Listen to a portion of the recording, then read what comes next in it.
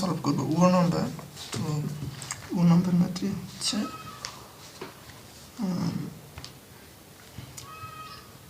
3b minus 5c minus 2a। এখন একটা ব্যাপার দেখো যে এটাকে কিন্তু আমরা মানে আগেরগুলোর মতো এত সহজে সূত্রে ফেলতে পারছি না, কারণ এখানে আসলে তিনটা, আগের এসেছিল দুইটা, এখন হয়েছে তিনটা। তো আচ্ছা, এটার আসলে একাধিক নিয়ম আছে।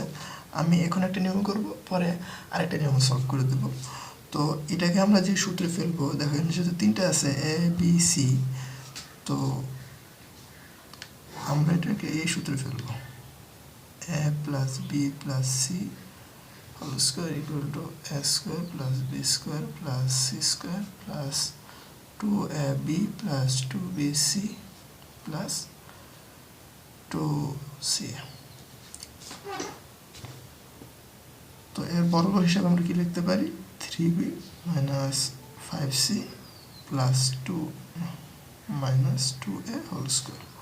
এখন দেখো 3b, তো এটাকে যদি আমরা বি হিসাবে ধরি তাহলে কিন্তু আমি এখানে আগে একটা প্লাস লাগবে, তো আমরা আগে একটা প্লাস দিয়ে নেব, তারপরে লিখবো minus 5c।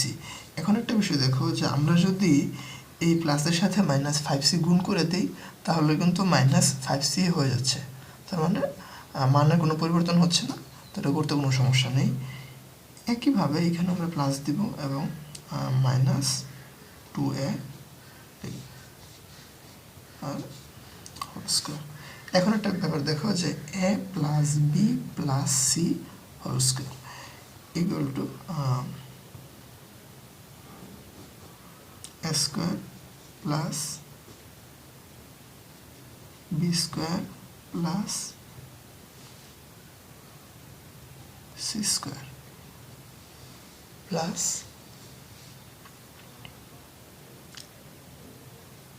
2 into a into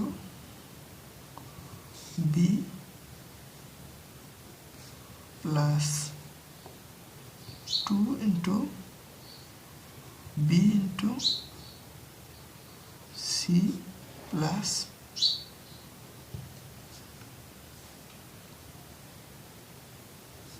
2 into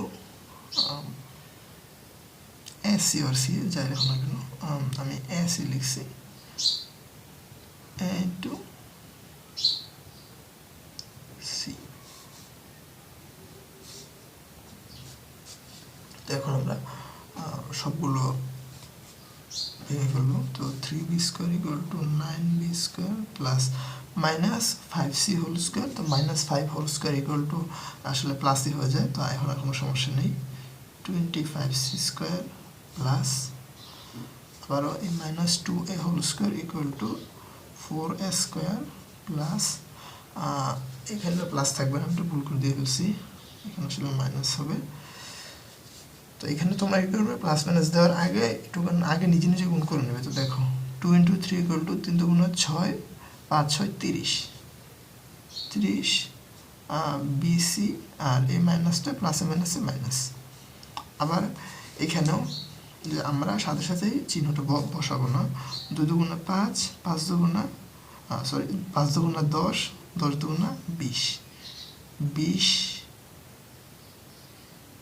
AC আর মাইনাসে মাইনাসে প্লাস, প্লাসে প্লাসে প্লাস।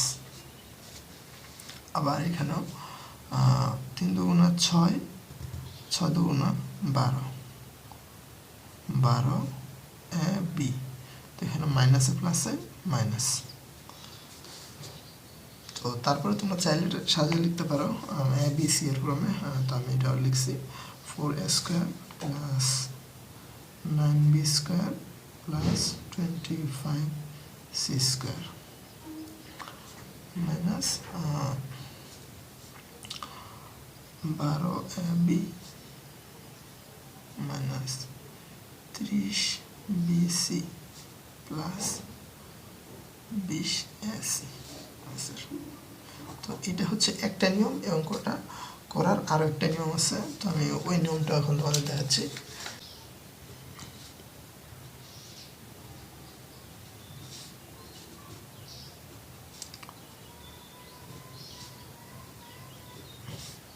এখন একটা ব্যাপার খেয়াল করো যে আমরা যদি এই দুটাকে একটা ব্র্যাকেটের ভিতরে নিয়ে আসি তাহলে কি মানে কোনো পরিবর্তন হয় না, তো আমরা ওইটাই করব।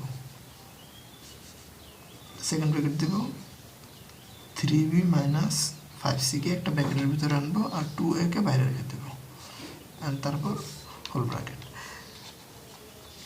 এখন দেখো যে আমরা কিন্তু এটাকে এ হিসাবে বিবেচনা করতেই পারি, এ মাইনাস বি। তো আমাদের এখানে সূত্র তাহলে কোনটা বললো, A minus B whole square equal to A square minus 2ab plus B square.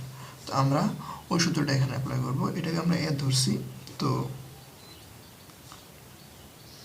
A square minus 2 into A into B plus B square. এখন দেখো এখানে কিন্তু আবারও শুধু সূত্র তৈরি হয়েছে, এই সেম সূত্রই তৈরি হয়েছে। তা আমরা আবার ওইটাকে ভেঙে ফেলবো, তো A minus B whole square equal to A square minus 2ab plus B square. তো আমরা এখন এগুলোকে ভাঙবো। দেখো